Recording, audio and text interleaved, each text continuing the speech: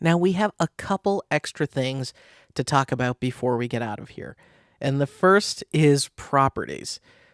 Earlier, when I started selecting things like groups and objects, we saw that the panel over here on the right can change drastically.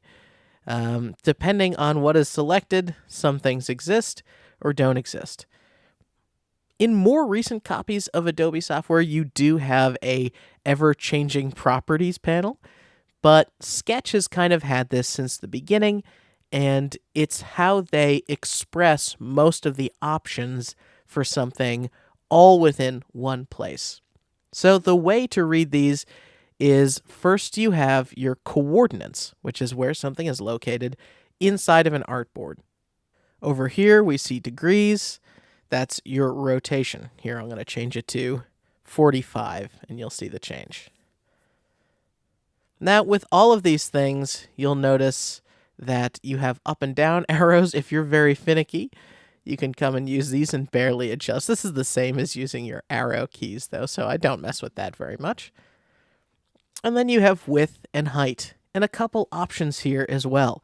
So you can lock these so they stay always in proportion. And when you go to size them up, then you get these increasingly large numbers, but in proportion, which is nice. And of course, you can unlock and just change these numbers by themselves, and you can see this square getting thinner. I'm going to just clean things up a little bit. And I'm just tapping on those layers and hitting delete, so it's a little bit clearer what's going to go on. Now, another detail of the properties panel is that these fields accept math.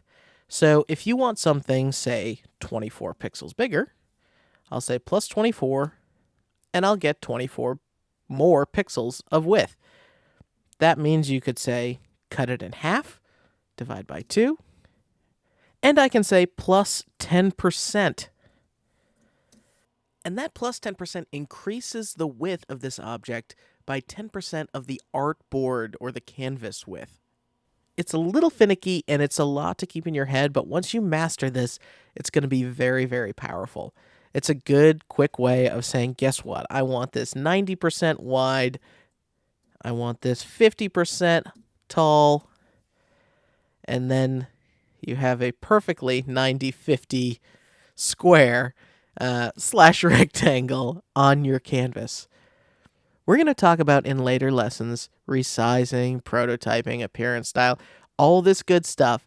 But the properties panel is what's going to get you most of the way there. So if you're ever in doubt or you're not sure why you can't change something or where an option might be, I think the first thing to do is start perusing this menu. And it always stays the same up here at the top, which is nice.